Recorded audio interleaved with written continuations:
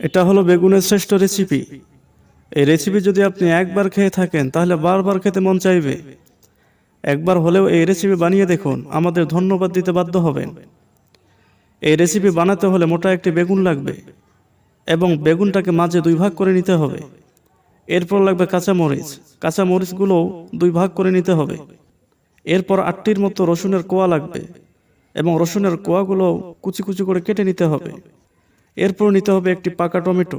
টমেটোকেও দুই ভাগে ভাগ করে নিতে হবে। এরপর গরম তেলের মধ্যে সবগুলোকে ভেজে নিতে হবে। আপনি চাইলে অল্প তেলের মধ্যেও ভাজতে পারেন।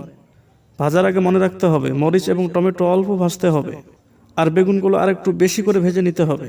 এরপর বেগুনের খোসাগুলো ছেড়ে নিতে হবে। এরপর সবগুলোকে কুচি কুচি করে কেটে নিতে হবে।